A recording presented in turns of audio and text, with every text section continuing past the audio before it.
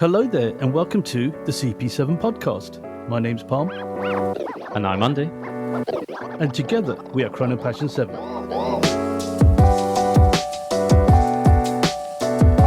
Hello, and welcome to another very special show. We have a very special guest today. You may know him as Robert Jan Breur, but more affectionately, we know him as RJ, the founder of Europe's premier watch enthusiast platform, Fratello, and also an all-round top guy. And in his honor, I have actually worn my Stern Island sweatshirt just to make him feel at home. Welcome to the show, RJ. How are you? I'm good, thank you. What an introduction. Amazing. Yeah, I should talk to my wife. But you can bring her on. Yeah, well, she's not here, but yeah. And I'm not wearing any Stone Island stuff today. I heard it doesn't sit well in the UK, right? It's like a bit of a hooligan brand. Yeah, Football Hooligan Yeah. Association. But it's how you wear it. That's Palm in a nutshell. So, Oh, yeah, there you go. Yeah. Yeah, very good. warm welcome from my side as well, RJ. It's a pleasure to have you you. on the show. And we always have to kick things off with knowing what's on your wrist. So, enlighten us. What are you wearing today? Not a Speedmaster. Perhaps I now disappoint you a little bit. But for a few days now, I'm wearing my Breguet Tradition 7027 in yellow gold. It's a watch that was introduced in 2005, and this reference was discontinued in 2015 again, so it was there for 10 years. It's a 37mm model, and there's nothing fancy going on the dial, just hours and minutes and a power reserve. And I think after 2015, Breguet made the model a little bit bigger, I think 40 or 41mm. The dial's a little bit more busy now with extra complications and so on. Beautiful watches, but I really prefer that first model in 37mm with just hours and minutes. So that's what I'm wearing today. Excellent piece. And I agree, 37mm is a sweet spot on that kind of classic Breguet size. Who's next? I'm going to pass it over to Palm. So, Palm, what have you got on today? I am wearing a chronograph. It's not a Speedmaster. So it's a two-tone Rolex Daytona 116523, 2015 model. Probably my favorite watch. Nice. Well, it's a bit of a shame RJ wasn't wearing a Speedmaster, because we could have had a good old challenge there. Which is the best? I can still switch. It's close to me somewhere. No, I think we're talking to Mr. Speedy Tuesday. I think we're good. You don't need to wear anything to make yourself more of a speedy man than you actually already are. That's true. I carry it in my heart. So Yes, of course, and around the world. But yeah, so that's what I've got on my wrist. And Andy, this is a lottery now. We're rolling the dice. What is Andy wearing? Well, nothing modern. I'm going back to the 1930s and I'm going radioactive. I'm wearing a Rolex 1573 made from Rolesium. Yes, it has a radium dial and hands. I did some checks. It's not too radioactive, so it's quite wearable. And it's on original Rolex gay phrase as well. But a Very really nice. cool little piece. Really enjoying it. Really fun to wear. Quite lightweight. And it still looks... I think it's the metal, what they was using. It's not platinum, but it's some kind of mix, what they did to have that look of platinum, so it has that brilliance to it. For its age, it looks really, really nice still. So a little bit quirky, but I'm really enjoying this piece. So that's what I'm wearing today. Nice, very nice. I recall I had two actually. Rolex Yachtmaster, the Okay, yeah. 16622, I believe, top of my head. It's the steel with platinum, and they also call that Rolesium. So it's just the bimetal of stainless steel and platinum. Yeah, it's really interesting. Yeah, that's a subject me and Andy discussed, actually. But go on, Andy. Well, it's two different things, right? So on the Yachtmaster, because this is where I got a little confused when I first picked this up, because who I bought it from, he was like, yeah, it's like something like 5% platinum mixed with steel, and the end result is metal has this kind of pop to it, what represents platinum, but at a more affordable price point, right? Then I saw the Yachtmaster, and then it was saying, well, it's a platinum bezel with a steel case. So like, oh, okay, so is this little bezel, is that platinum and the rest is just normal steel? But it's not. It's the Rolesium was the mix of metals in the 1930s, and then in the late 90s to around 2005, I think it was, it's when they leveraged that name again for those Yachtmasters. But it was nothing to do with the blend of, well, it represents a blend of metals, but not the blend of metals what it physically was on the old oysters. So that's my take on it. I might not be 100% right, from what I've read on forums and geeking out online, but that's my understanding. Yeah, You yeah. might not be 100% wrong. You might be 100% wrong there. I might be 100% right. Yeah, but it looks Who nice. It's a nice watch. Looks great. You're more of a vintage guy, right? If I recall correctly. Yeah, I love modern. I appreciate modern hugely, but I just seem to always get suckered into buying vintage pieces. Mm-hmm. It's some kind of charm and magic to them. What I just love here. Yeah, no, I fully agree. I also have my share of vintage watches. I really like it. I do have some vintage Rolex stuff as well. But I also have to say, I also appreciate modern because it's a watch that you make history with. While if you have a vintage watch, it has someone else's history and misery, perhaps. That's again, that's a big thing. You don't know what that person went through sometimes. Or whether it was a nice person, not a nice person, and Yeah. so on and so on. You don't know what it went through, and that's not even only about the watch. It's about the person itself, and then the watch, of course. You don't know exactly what happened to it or with it. Yeah. Unless nothing Pulp Fiction kind of stuff happened with it. I guess it's fine, but so I have my preference for both. Actually, I like my modern watches for myself to wear a lot and to create my own history with and put some scratches on there. But I do also have a lot of appreciation for definitely for vintage watches. Yes, I think often the design was just nice in the past. It's something so classic. I'm a bit of a sucker for cushion cases lately, and I've been trying some larger cushion cases on modern pieces. So there's just something, when you go back to the older designs, they just kind of got it right back then. But I do desperately need to get some modern pieces in the collection. I need to shake things up a little bit for that reason, to create my own history with the watches. And it's just that modern day reliability. When I'm setting the time on this and winding it, I'm a little like, is something going to go wrong? No, it's okay this time. As we're modern watch, you don't have to worry about that, you know. Living life on the edge, man. Yeah, exactly. Daredevil. Never know when a hand's going to fall off. Well, you're the perfect guest then, RJ. Well, I'm a modern watch guy, he's vintage. You know, we have the perfect balance. You bring balance to the podcast. Thank you very much. Oh wow, I like your Daytona as well. I'm not a big Daytona fan. I had a 116520 in the past for a very short time, and I found it a little bit too busy. I do like the Zenith ones a little bit better because the layout is a bit better, I feel. Legible, yeah. Yeah, the subdials are aligned with the center, and I think with the in-house movements, the subdials are a little bit higher up than the center pinion. And once you see it, you can't unsee it, and that was my issue a little bit with it. So I'm not going to look at mine. Yeah, I'm not going to look at mine now, just in case you spoil it. You're welcome. But it's an iconic watch, right? It's a classic. Yeah, I've always liked it. I never ever thought I'd get one, and I was just lucky.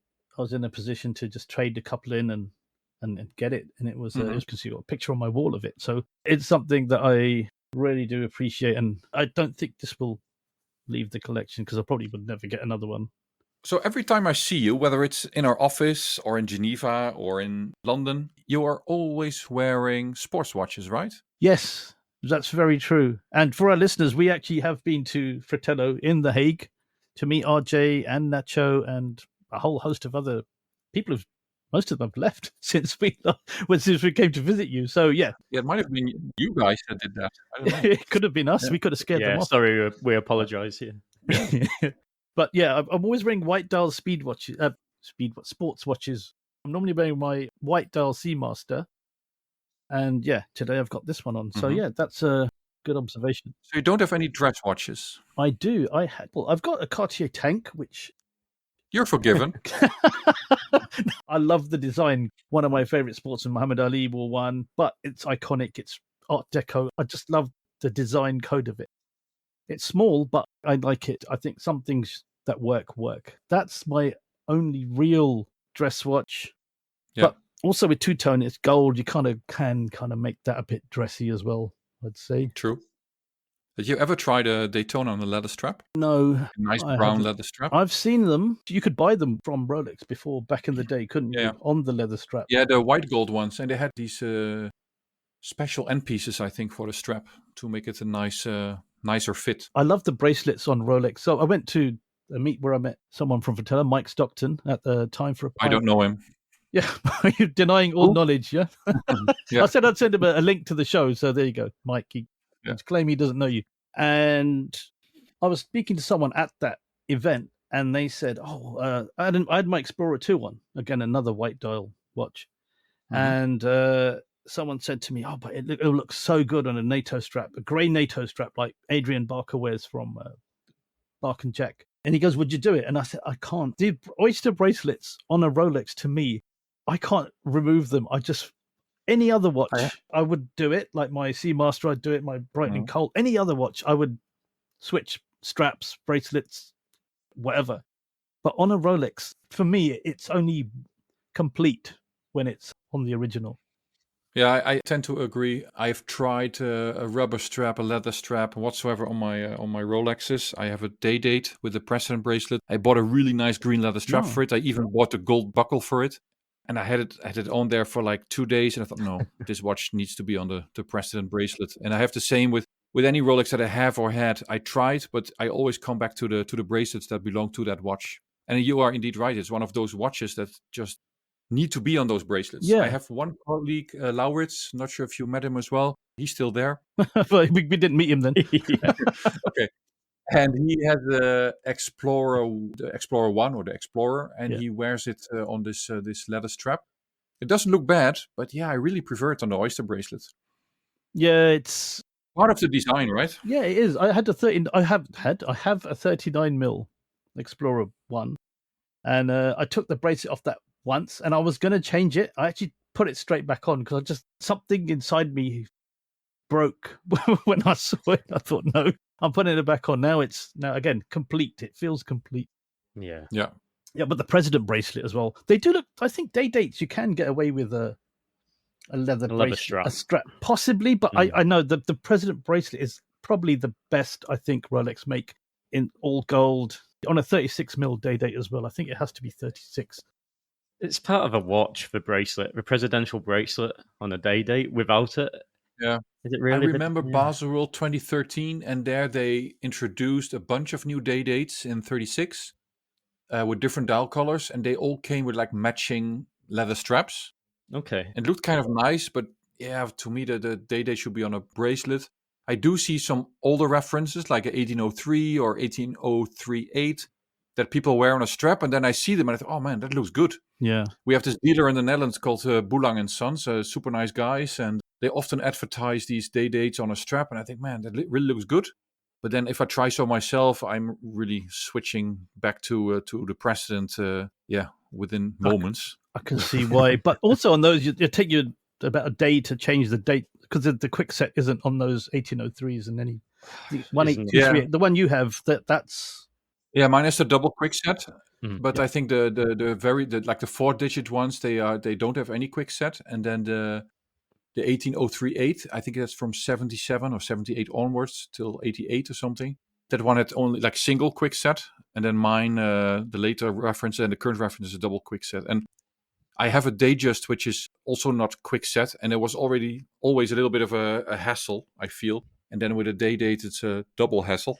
Yeah. So I thought, no, I want one with a double quick set. It's tedious. I just picked up a Gruen Geneve skin diver, and that's not quick set to set. And I can almost wear it without even bothering setting the date because it's okay if you've got to time it. So if you've not worn it for a while, just wait until it's getting to the correct date again, and then start it going Yeah. again. But it's tedious. I'm not a particular fan of dates on watches. Well, day date and a Datejust, of course, they need to have. Yeah. But I also had an AP once, and it also didn't have quick set. But there you could at least turn back to like 9 o'clock, and then turn forwards again, and then you have a little bit of a quick set kind of thing. But it was an annoying thing to do if you didn't wear the watch for a long time, and then you picked it up again, want to set the date. It just takes a lot of time. Actually, a question for Andy. We're talking about vintage watches and Rolex bracelets. What do you think? Because you like vintage Rolex. Yeah. You've really got into it recently a lot more than before. What do you think on a vintage? Is it expendable? Is the bracelet expendable, do you think? Or It's the same thing. Like the rule of thumb is you've got to keep it on the bracelet. I completely agree with you guys on that one. Like this one's on the original gay phrase, right? And there's no way, like to have a gay phrase with a Rolex stamp on it, I'd never ever want to take that off the watch. I mean, there's some people who are like at Red Bar meetups, and they're like, "Oh, it'd look cool. Maybe I'd look a bit better on a leather strap." Like, not everybody's into the gay phrase bracelet, and I understand. I'm like, it destroy the watch to do that because it just takes everything what's original about it away. And I think that's the thing with vintage watches is originality. And as soon as you take something like an original bracelet away from it, you're kind of killing the whole reason of what's special about that piece, if that makes sense. The fact that it's still kind of intact. Like, that's my take on it. And it's probably the same feeling with modern. It's like the bracelets are so brilliant anyway on Rolex. Why would you want to have it on anything else? Like, I just kind of like watches to be stock in general. Yeah. A lot of vintage watches don't come with the original strap or bracelet, do they? They kind of acquired one. Yeah. Then anything goes, right? Anything goes. I forget the name. There's a Japanese company who make really popular. Is it Private Eye? Maybe RJ knows the brand. But I think it's like Private Eyes or something like this in Japan. And they make really, really nice, like vintage-esque steel bracelets. What fit. Private Eyes, yeah. Sounds like a brothel. Yeah, I was about to say something. Yeah. So remember, RJ is in the Netherlands. So yeah. Details, yeah. So let's get into some questions we had. Just obviously having you on the show, the huge honor it is, and having Mr. Speedy Tuesday on the show. I had to open with a question on the Speedmaster, a very popular watch, very available watch as well. It's just incredible how available that is. But I was speaking to a friend in common who writes books on vintage watches, is a big vintage guy, and he mentioned to me in a conversation, just in passing, about I was talking about birthday watches, and he said get Speedmaster, and I was like, okay, I have thought about that, and I kind of questioned why that one in particular, and he said to me because the Speedmaster is the most important watch that has ever been made. I asked him, and he didn't really qualify that, but when you hear someone say that, RJ, do you agree with that? And if you do, or if you don't, what would you... It fills my heart. I get what he's saying. I don't know if I necessarily agree, although I love Speedmasters, and that's what I collect, basically. I'm not sure if it's the most important watch. I think it played an important role. It's a very iconic design, and I don't use the word icon very lightly. But I do think that the Speedmaster is one. But if it's the most important watch, to be honest, I don't think it is. I think it's a beautiful chronograph, and it has a lot of history and there's a lot of story to it. Yeah. But I also think the design is just beautiful of the Speedmaster. But does that make it enough to be the most important watch? I don't think so. I think if we look at today's watches, today's modern watches, I think you can bring them back to one watch that came out. Okay. And I think that's the Datejust. The Rolex Datejust, for me, I think that is the mother of all wristwatches. And I know that there were other wristwatches before. I think that there was a Breguet one very early on. Of course, there was the Cartier that was very early on. But I think the wristwatch that paved the way for the wristwatches as we have them today, I think that's the Datejust that came out in 1945, if I'm not mistaken.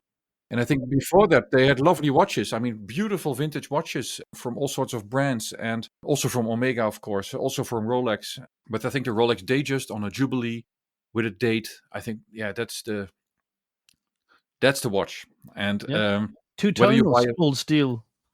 Well, I think that's personal preference. But I think if there's one watch that always works with everything that you do or that you wear or whatsoever, it's a Datejust. And personally, I have one in steel and white gold, like a vintage, 1601. But to be honest, if I would buy a Datejust today, it would be bicolor, like two-tone.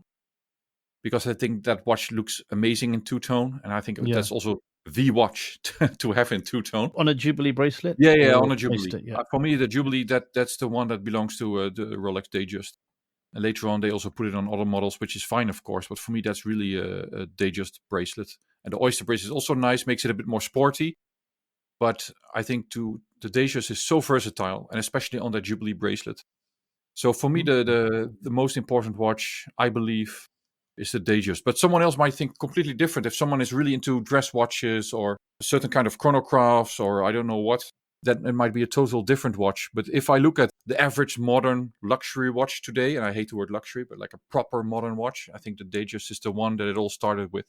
That's really interesting. Okay. Again, just a slight follow-up on that. I hadn't actually planned this one.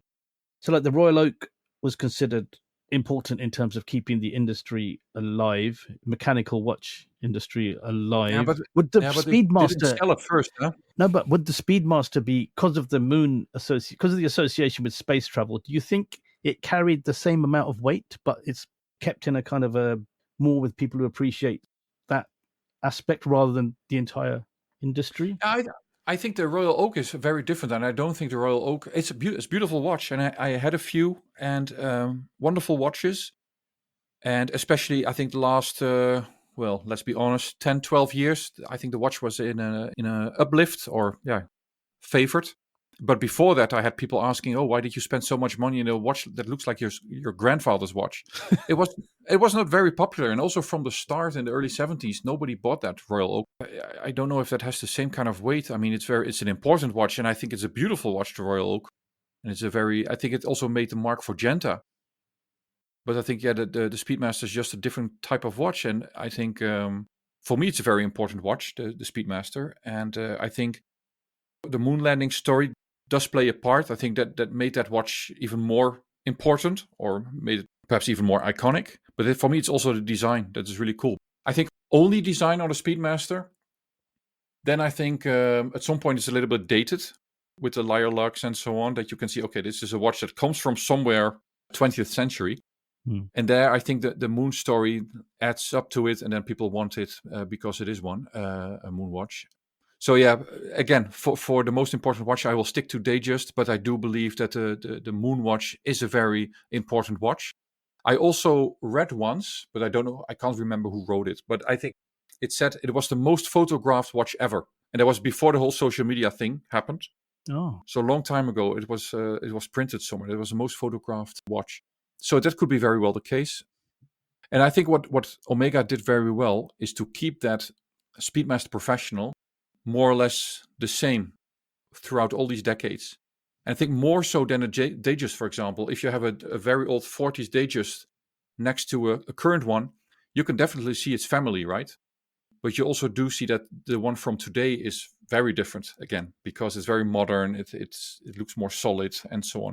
But a Speedmaster from today, a Speedmaster Professional that you can buy today in the shop, compared to the one that was used on the moon by Buzz Aldrin, if I would show both watches to my wife, and my wife is not stupid at all, I think she would say, hey, those are the same watches. Yeah.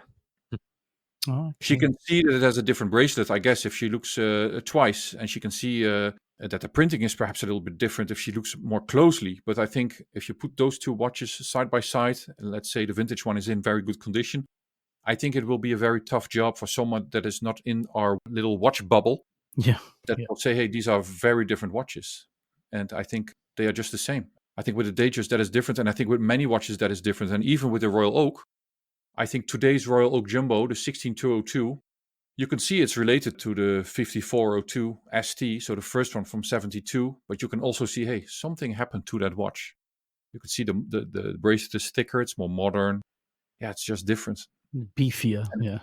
Yeah, beefier. And I think with the Speedmaster, it's that's the Speedmaster Professional. It's 42 millimeter, and the movement changed. But yeah, as long as you don't look at the movement, you don't know. Yeah. True. Yeah. So no, I get what he is saying, but for me, it's the Datejust. Awesome.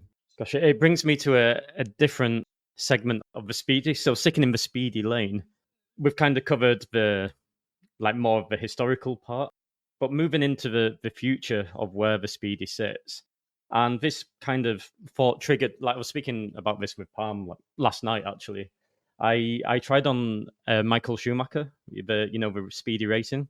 And it was first of all, just the watch itself, like the pop of color, the splash of red. And me personally, I've always completely dismissed that watch. I've always thought, yeah, it's not a proper Speedy. It's a bit gimmicky. I'm not sure about it. And honestly, when I wore it, it really clicked with me. I like, wow, what a great piece. That particular piece had a great story. It was actually the watch of Pablo Montoya's. He actually won it in the 6 Horas de Bogota in 1999. So my friend's father is still a rather large jewelers and watch dealer in Colombia, and he was sponsoring the race, but he was also good friends with Pablo. Long story short, he gifted the watch to my friend's father, and then when my friend graduated, it was gifted to him. So that's how it ended up in my hands. He was very gracious. I told him about the show, and he's like, "Oh, if you want, I can lend it to you, so you can." I'm like, "No, something that's special. You keep hold of it. I don't want the responsibility." So very cool with the history on that piece, but it just made me think, and we kind of touched on it there, like Daytonas, like the Daytona beaches were hated for a while, but now they're really hot, right? The beach Daytona watches with the fun colors and the success of the OPs. My thought process and my question towards you is, you have the professional. We've just seen the well-executed white dial come with the speedy professional. You've got the success, love them or hate them, it's a success with the moon swatches.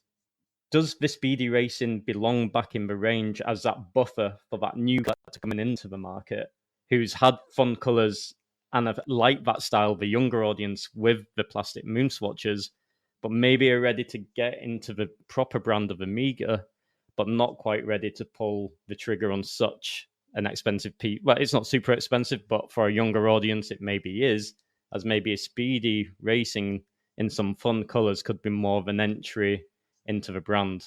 Like, do you think there's a future for maybe not the racing again, but an iteration like that, having a bit more fun with colors? Or do you think it's kind of, it's been done, leave it in the past? Where do you sit with that? Ooh, well, try to keep my answer shorter than the previous on the previous question, but that's a difficult one, because what we've seen in the past years, and I think we saw quite a bit of demand and, well, hype, if you want, on the Speedmaster in the last, I think until like 2-3 years ago, it was really in a like a booming watch. I think the White Dial Speedmaster still has a lot of demand, and the special ones like the Snoopy and the 321s, they have a special demand. But as Parm said, if you go to the Omega dealer, it's you can buy a Moon watch, you can buy the Speedmaster Professional. So I think that's a good thing. If you want that watch, you saved up for it. It's a watch that people, they aspire to have one, and then once they have the money, they can go to a dealer or a boutique and buy one. They don't need to be on a wait list. So I think that's a cool thing. With that aside, to answer your question, Omega made a lot of like variations, and the racing theme already started in the 60s on a normal Speedmaster Professional with like a racing dial, and they did it again with the Mark II. And I think then in the 90s and 2000s, you saw many of them on the Speedmaster Reduced, so the smaller models, and then there was the Schumacher. There was a whole fleet on Schumacher editions with racing dials, red dials, panda dials, and whatnot. Because he was ambassador for the brand. What I understood is that he was very much into it, and he wanted to do designs. But at the time, I think Omega was just not that much focused. Very different from today. They were not that focused on their ambassadors and what they did. So I think at some point also Schumacher left to AP, as we all know. I think those Schumacher models, I think they might be favored at some point because of Schumacher. If they are favored because of the design, I don't know. What I see is that especially the Moon watches and all the direct variations on that, and the predecessors, like before the moon landing, those models, so everything that comes from the CK2915, so the very first Speedmaster, I think those will always do well, will be in demand. But as soon as Omega is doing like variations, because now in the current catalog, they have the chronoscope, which is a very different watch. It almost looks a little bit like, it gives me a bit of the IWC Portuguese vibes with the numerals. And it's not per definition a bad thing, not at all, because I think some people, they really love that stuff and they want to have those numerals on a dial, and it is a bit more classy perhaps, and so on. So I think people buy those watches for a different reason, and for a very good reason, because they simply like to watch. And I think that's the only reason why you should buy a watch in general. Besides, if you're a collector and a little bit of a nutcase, I think then you are really focused on a certain collection and only want moon watches or only want Mark IIs or Mark IIIs and so on. But I think people buy those watches, those variations in the first place because they just are very attracted to it. But I don't think that's enough to make it like a collector's item or collectible item for the future. I don't believe so. And I think that's where Rolex has a different role. And it's also very difficult to always compare to Rolex, because if they have such a different stand in the industry and with watch collectors and enthusiasts than any other brand. But what they did with the Daytona, and even though they have a lot of dial variations, the Daytona cases and so on were always the same. They changed by period, which is fine, but never at the same time. You had different Daytona cases or bracelets or whatsoever, and that's very different from a Speedmaster, where you had the Speedmaster Professional Moonwatch, then you had the Mark II, and then at the same time, there's a Mark III and a Mark IV Yeah, and a Mark very 4.5 and true. a Mark V, and even today, you have the Speedmaster Moonwatch, you have the bicompax models, as they call it, you have the heritage models, as they call it, you have the reduced, you have the Speedmaster 38. They have so many different variations on that same watch, and I think if it would only be the Moonwatch with different dials, I think Okay. that would be a different story then. But now today, I think that it's just they try to offer something for everyone, like all the brands do, except Rolex. It's also a little bit with cars. If you talk to a BMW purist, for example, there's a 3 Series, a 5 Series, and a 7 Series. And of course, there was the 850 from the past, but that's it. And now if you're 1 Series, 2 Series, you have all the X Series, you have your 4 Series, you have a 6 Series, you It's have all sorts of confusing, stuff. right? Yeah. It's not only confusing, but they also want to reach everyone, right? Mm. And I think a lot of watch brands are doing the same. And it's like everyone wants a Porsche 911, but even they offer a Cayman and a Boxster and a Taken, and I don't know what they have these days. And in the end, you want a 911, right? Yeah. And I think those are collectible. I don't know if there are any Boxster collectors or Cayman collectors or Maybe what's the hairdressers. SUV one. The Cayenne or the Yeah. Macan, yeah. Exactly. But we Yeah. all know that there are 911 collectors. Mm. So I think it's the same for the Moonwatch. There are Moonwatch collectors, the Speedmaster Professional or the pre-professionals with the caliber 321. We have those collectors, and I think the other ones are super nice, and you can buy them if you want. If you like them, you buy that stuff.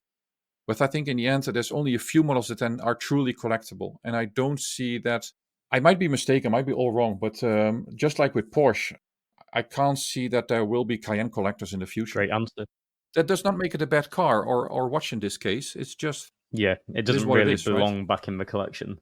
So maybe more fun, maybe some more Yeah. different dial iterations, but keep it within the professional. Potentially, yeah. I think so. I think so. And I don't say that Omega should stop making all the other models because there's a market for them. And also like an X33, I really love that watch, the digital Speedmaster. It's not a moon watch. I like them. And at some point I had 4 at the same time. I thought this is ridiculous. So then Wow. I brought Whoa. it back to Okay. 1 again. Well, it's a Mars timer now, right? It's gone beyond the Yeah, moon. exactly. And that's a super nice watch, and I think it's really cool. And I think if you collect Speedmasters, I think you need to have your bunch of moon watches before you add an X33, whether that's the Mars watch or one of the older ones.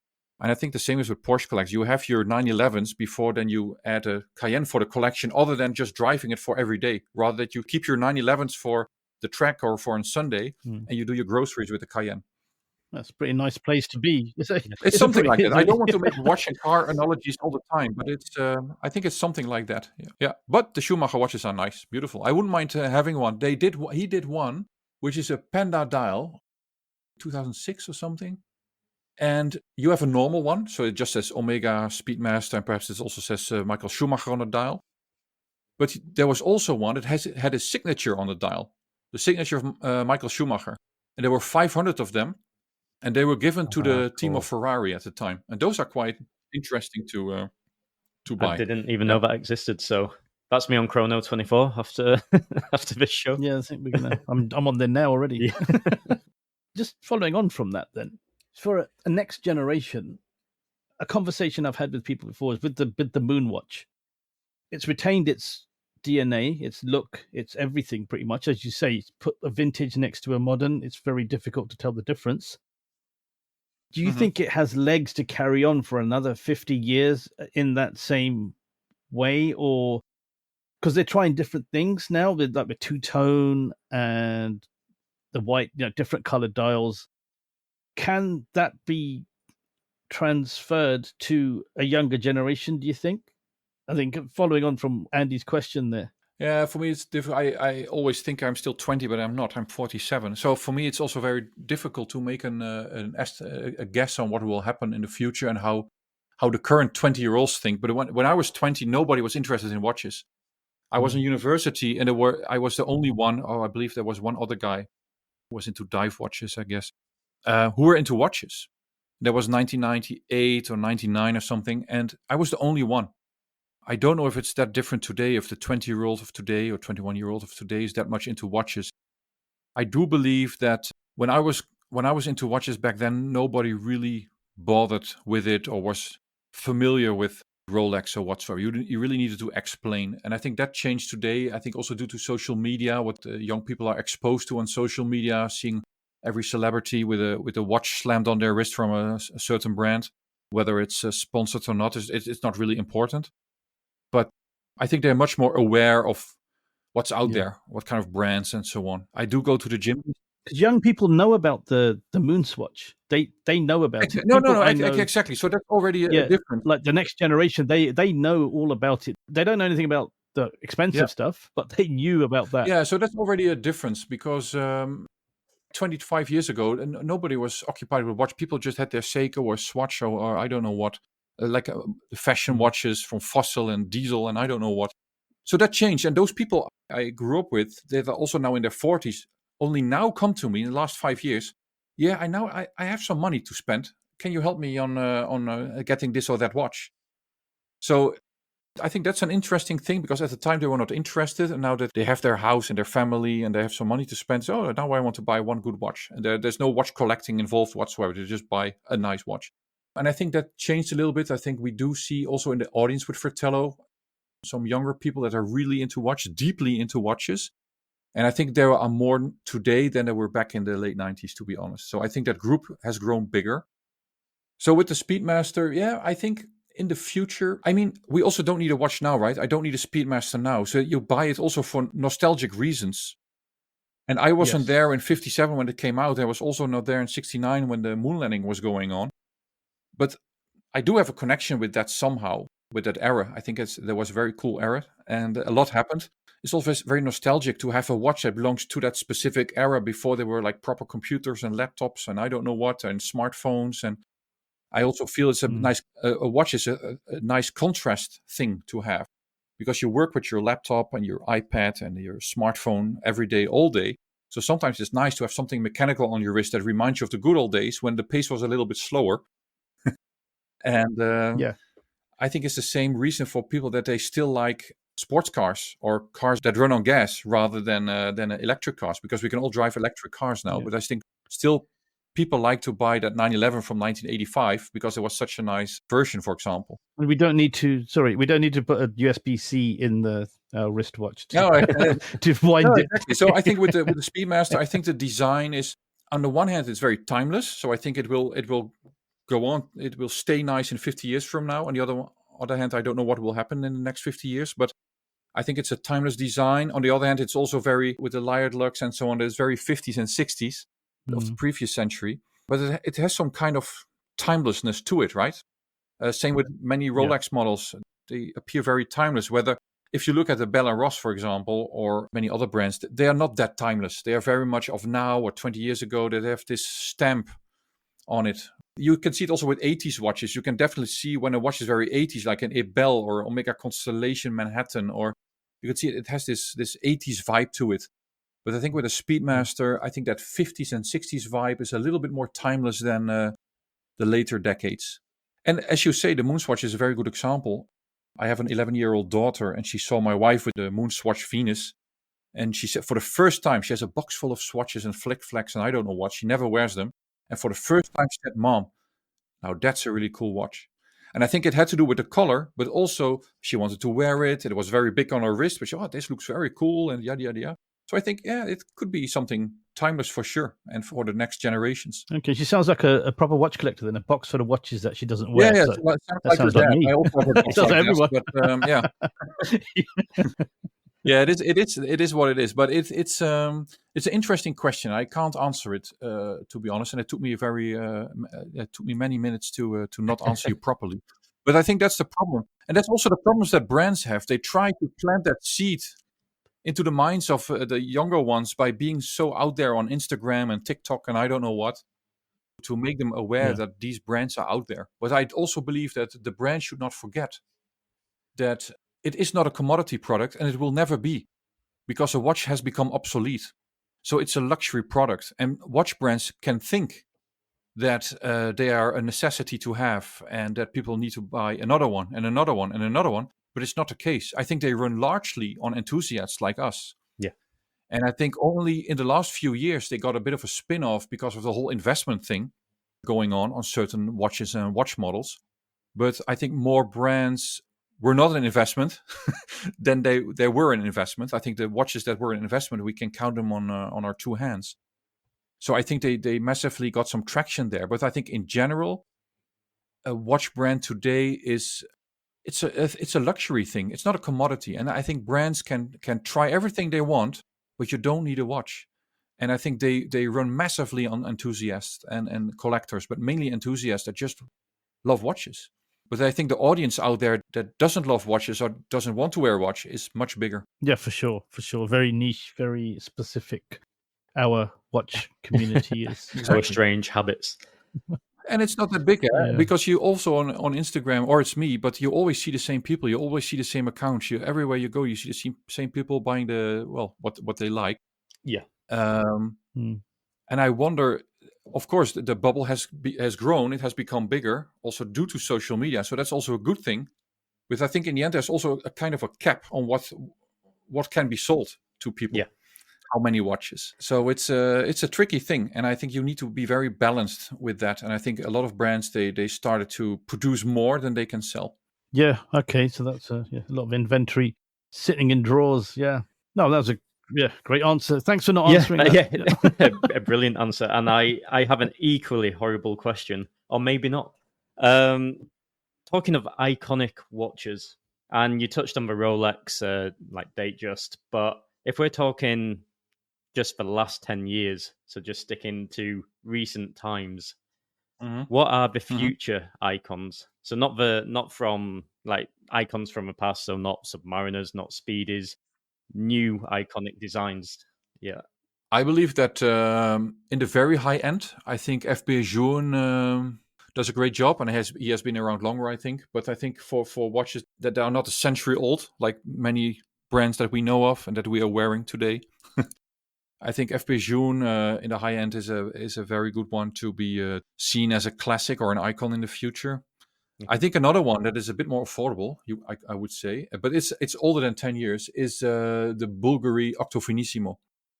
I think what they did is very impressive, that they could put a watch on the market that is so recognizable as a Bulgari Octofinissimo from 50 meters distance, or I don't know, in England you use yards, I guess, that you can see, hey, that's a Bulgari Octofinissimo. And I think that's a very impressive thing to do.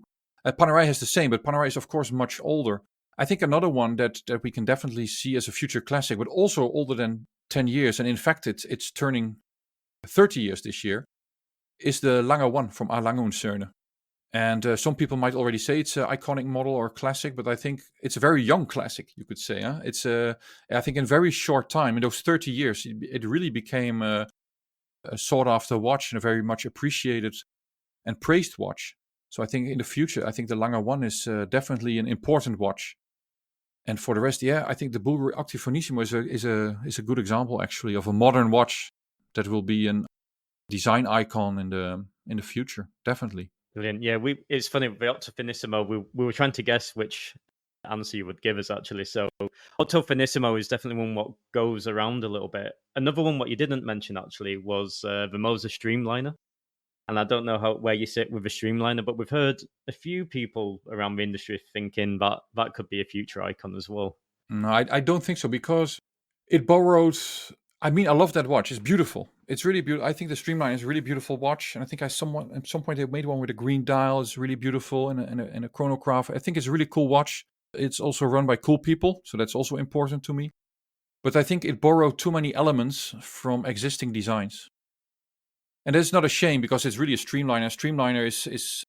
But if you look at the bracelet, I see like there's a bit of Ebel there from the 80s. I don't say they copied it, but you see some design elements that, hey, that looks familiar. Hey, that looks familiar. And I don't think they made mood boards with all sorts of watches, then just draw something that was the mean average of everything they had on a mood board. I think they really designed a nice watch, but I don't think it's original enough to be iconic, because that's also important. I have the same feeling a little bit with the Vacheron Constantin Overseas, and I think many people will disagree with me. But if you look at the Royal Oak and the Nautilus, I think those really made a change and a difference. And I think the Hisek designed the 222, which we now know as the Overseas, basically. I think he also borrowed elements from the existing designs out there from a Genta, for example. And I think that ruins the opportunity a little bit to become an icon on its own. I think an overseas goes in the range of a Nautilus and an Ingenieur and a Royal Oak. On the other hand, it's also not. Just like an Ingenieur, to be honest, a Genta design, but it was it came after the Royal Oak. I don't know. I think around the same time with the Nautilus, that looked a bit more sophisticated and refined. So yeah, no, I don't agree on the Streamline, although I really do believe it's a super nice watch and I wouldn't mind owning one. So that has nothing to do with that. So only from a design perspective, I would say it will not be an icon in the future. Interesting, yeah. And I think all valid points what you raised there. So maybe the Lange one is the one what could be, okay, not the last decade, but 30 years, as you say, is still extremely young for a brand. And when you do, if you say Lange, that's the first watch that at least I see in my mind as well. So it's true. Yeah, I think it's a really beautiful watch, and especially it's the dial layout that makes it stand out. Because I think they were one of the first to have that type of dial layout, and then their neighbor said the Glasuite Original. They more or less mimicked it on their watch. Also a good watch, but I think that's a good example actually. What Lange did in '94 with that Lange 1 watch, I think that was really cool. Then you had Glasuite Original that also had watchmaking history in Germany, and they had it was very valid for them to be reborn, right? It was a beautiful watch manufacturer. And then they come with their own watch. But then it looks so much like what Lange did that everyone sees it as, it's a bit of you want a Lange 1. And then there's also a Glasuite Original. And I don't say it's a lesser watch or whatsoever. I think the price is, I guess, a bit more attractive. And what they do at Glasuite Original is beautiful. I don't know if you've been there, guys, but the manufacturer is really impressive, and there's a lot of manual operations involved when making those watches. But I think if they had decided differently and come up with a different design for the dial and not use that specific like Lange 1 dial layout, I think they probably had a different future. I think they were more recognized and perhaps more appreciated. That's crazy, yeah. So one wrong move jeopardize the future of a brand potentially by a being little bit, and I think they try to correct it, of course. And now you see, I think they make a beautiful dive watch, the CQ. I don't know if you know the model. I think that's a really cool watch. But also that watch, it's a watch that, like a Type 20, you have many of those Type 20 watches, and Breguet makes a beautiful one. But you also have micro brands like Erin that also makes a beautiful one that costs like 10% of what a Breguet costs.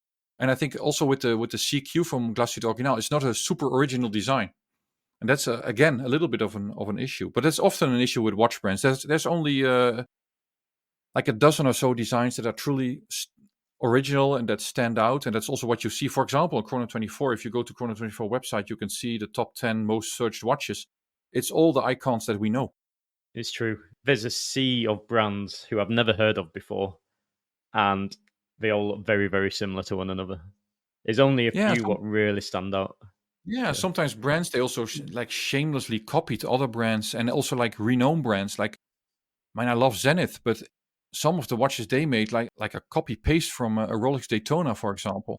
And that's and I'm not even talking about the Chronomaster Sport of today, but also in the past, in the 90s, they had watches that were like, they look so similar to what was already out there from Rolex. And I think still a lot of brands do that today, and they should stop doing that.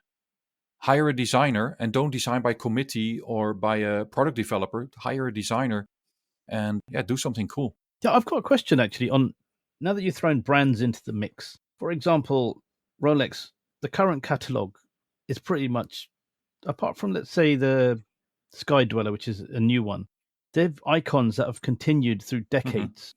Is there a brand like Omega, the Moonwatch, and the Seamaster? These are models that have gone through time and lasted the test of time.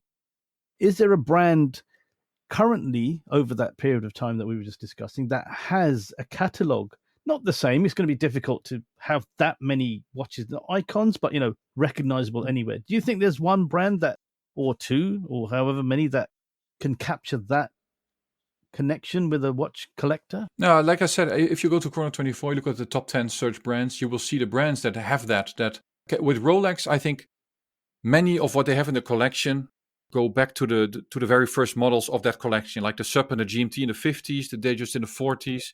They date in the 50s. Mm-hmm. I think the Yachtmaster is one of the later ones because it's the 90s.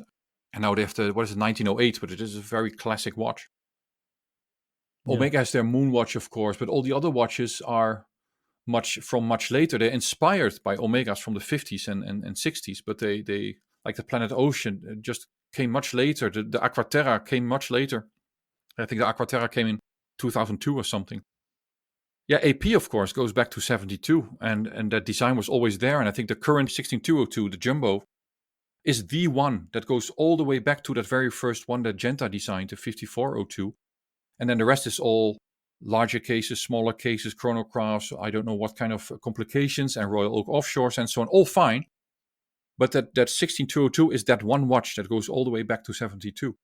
And I think they got stuck, though, on the AP. I mean, it's all Royal Oak now. Yeah, but I don't mind because they tried other things, but apparently people want to have the Royal Oak, so that's fine. Give the people what they want. And you can try very hard to come with an oval design and call it millenary. You can come up with the code 1159. The current versions are much better than the first models that they introduced.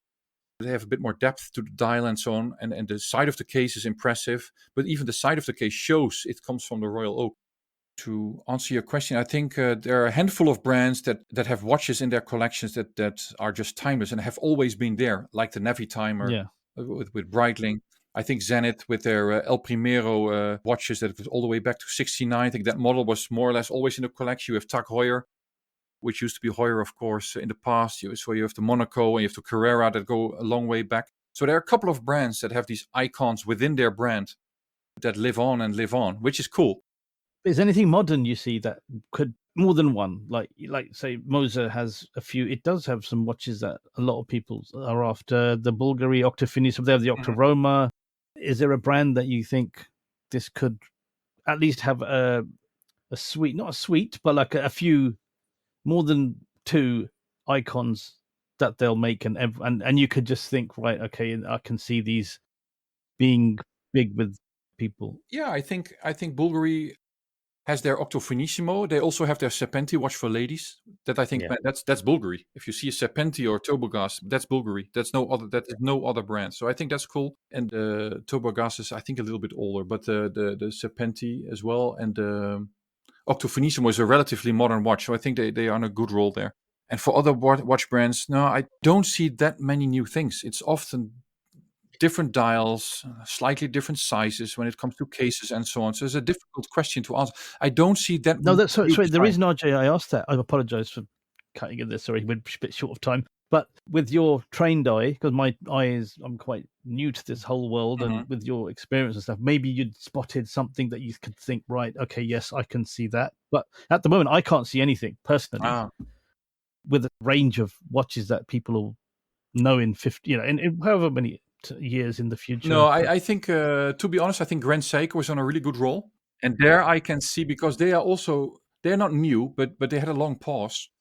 And when they started with Grand Seiko again, I think first with quartz in 88, and then with mechanical watches like 10 years or so later, I think in that very short time of their resurrection, I think they really made their mark. And I think the Snowflake, for example, that model, that's quite iconic. Yeah, and I think that really changed the game for them. And if you see all the watches that come out now are more or less based on that Snowflake dial that came out. The structure or the motive can be very different, but I think it all came from that model that said, hey, this is so popular, we need to do more with these dials and pay a lot more attention to it. I think that they did a really good job, and I think in the future we'll see that Grand Seiko will have some future classics there. I just am a little bit afraid that will get oversaturated. Yeah, they already bring that for every color tone of a leaf. Exactly. That every bit of nature. When they look out the window in the morning, they made it our color, and I think that's a little bit too much. Read our minds. Yeah. But I think in the end, I think they are on a good roll, and I think they deserve to be praised and to have a larger audience than they have today. And for the rest, like I said, I see a lot of watches that were already there that are like variations on something that was already existing. I think Breitling does a really good job these days, and I think they revived their chronomet with the bullet bracelet or rouleau bracelet. But that is also a watch from the 80s and 90s, and they just revived it, and now it's good to go for another 10 years again, and then they probably will do an update. But that doesn't really answer your question, because that was already an existing design. The Grand Seiko is a brilliant answer. I really think, like I said, I couldn't see it, but now, okay, I agree with the sky and the trees and the grass and the rocks. That could be too much, but they have got people talking and looking forward to the next bit of nature that's going to, like a lake or, I came to the conclusion that I have a little bit of an issue with Grand Seiko, because I saw the snowflake and then I wanted to have a snowflake, but it was titanium and I'm not particularly a fan of titanium. And then I saw the Mount Iwate watch and I bought that. I thought, man, it's steel. There's the 44 GSK style and I really love it. But if I look at the watches today, I see like a pink dial and a green dial, and there's a blue dial. And every time I think, oh, this could be the next one. This is super cool. Then 2 months later, boom, there's another one. I think, oh, this is nice. Constantly waiting. You're constantly waiting. Oh, let's wait, because they probably will come up with something else. And I think that's a bit of a tricky thing. Yeah. And I don't know if there are a lot of, I think that there probably are Grand Seiko collectors, but I don't know if they just purchase all these models or that they also make a curation or a selection. I do think that Grand Seiko probably has a lot of returning customers, which is a good thing. You just need to be very careful that you don't oversaturate the market and that you don't raise the prices too much, that you will lose that returning customer. But a lot of brands suffer from that today. It's just, very valid. Yeah, they got carried away. Yeah, and over the COVID period, prices just skyrocketed. Yeah. Just one brand what may be controversial is Louis Vuitton, like with the new tambour. I think that's quite... The price point hurts, but maybe the price point is valid. I did have a hands-on when they were first released. There was an event in Barcelona. But I think they're doing some interesting things at the moment, and they are starting to be a bit... I see them breaking away from what other brands are doing.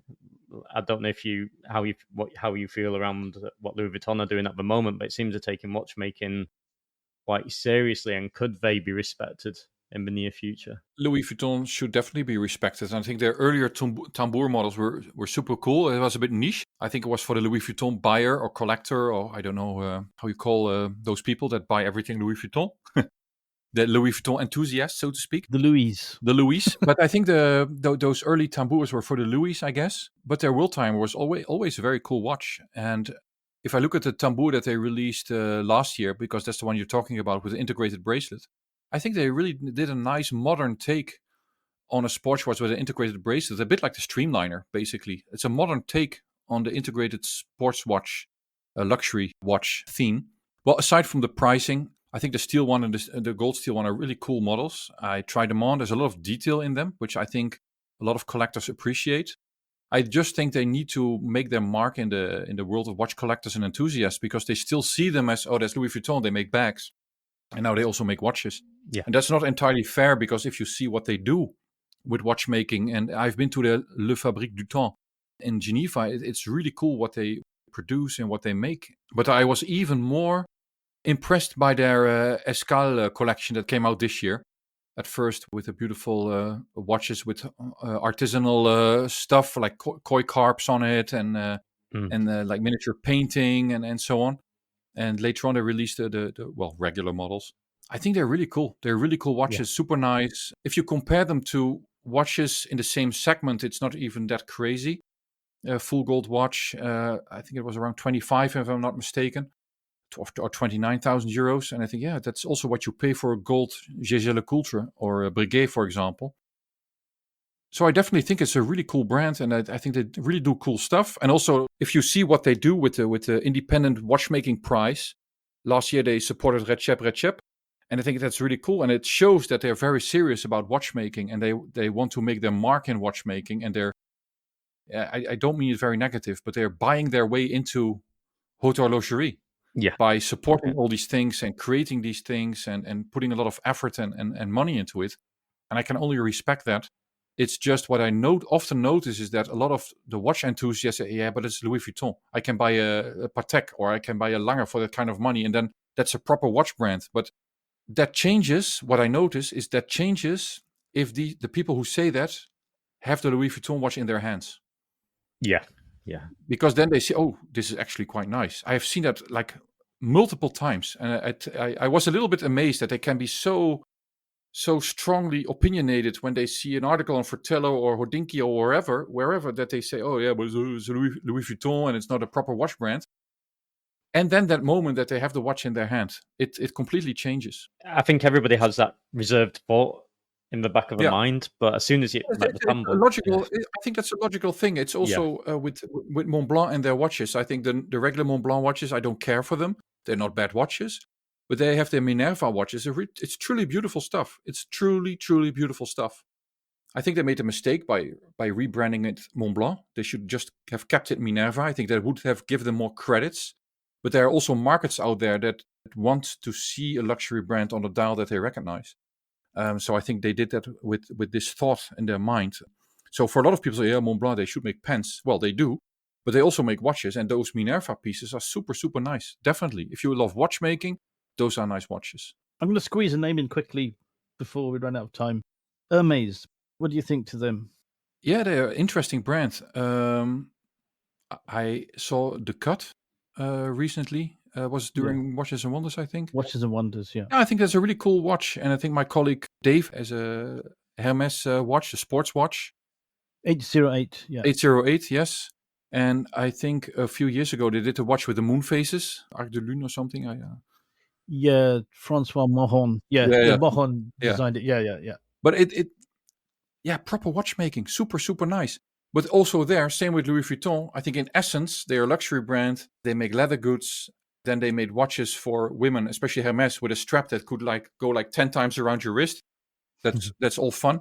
But it has had little to do with proper watchmaking. But then they come with watches that have to do with proper watchmaking, and then they don't get the respect from the watch audience because they think, they make leather goods, and I think that's a pity. And I think that's a pity for the brand because I think then they do something wrong with their marketing. But I also think people should be a little bit more open to these kind of things and not stare blind on brand names on a dial. They should look at the product itself and see how it feels and how it's made, and then you can really be surprised by some of the watches that you don't expect that to be so good. Yeah, because they are trying. It's not something that just taking a movement from here, doing this. They're actually trying something different. Yeah, well, I don't want to say dirty words, and I don't want to piss off my fellow countryman, Nico Leonard, which is now your fellow countryman, I guess. But he has a lot of hate for Hublot, but I think, and I get that Hublot is a brand that triggers. I also think it's easy to joke about Hublot and to make fun of them and so on and yada yada yada. But I think they do quite well, to be honest. And if you've been to the manufacture, they do a lot of stuff in house. It's really not only it's not a fashion brand. I mean, they do fashionable colors and so on, and they're very much into those kind of things. And I think they only produce like limited editions. But I think in the end, what they do in essence is not that bad. They really make some nice pieces. So I think people should be a little bit more open to it and look at the watches for what they are, and not so much of what's on the dial or what other people yell about them on YouTube and social media. Yeah, look into what they're trying to do. Look into that rather than you still can come to the conclusion it's not for you or whatsoever. But if it's really well made, it's really well made, and then still the design cannot be for you, or the color or the materials, and that's fine. It doesn't have to be.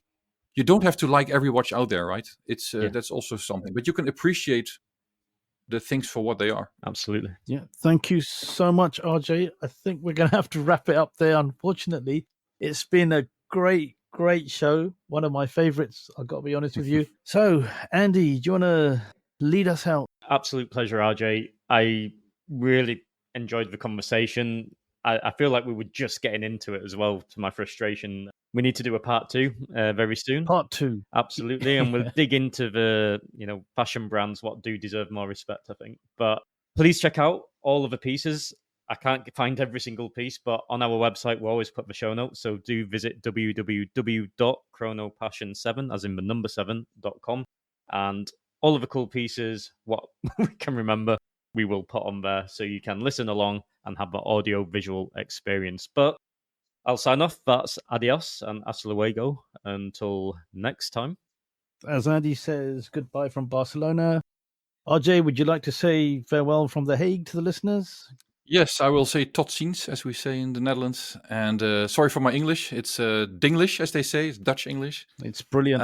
Perfect. But I hope it was people understood it. Yes. No, of course they did. Right. And check out Fratello Talks, the podcast, the short version podcast, which has RJ on it most of the time with Nacho and whoever else is they're recording with. And check out the long version with, what's his name again? Sorry, RJ, that guy you don't know. I don't know I don't know. I don't know the Mike name. Stockton. But they talk for a long time about backpacks and Nikes and sneakers, shoes and things. And then you can skip the first 30 minutes. That's the thing with their podcast. Yeah. So check those out. Check out both versions of Fratello Talks. Check out fratello.com as well. And so from London and from me, it's Toodle Pip and laters, and we'll see you and you'll hear us in the next one.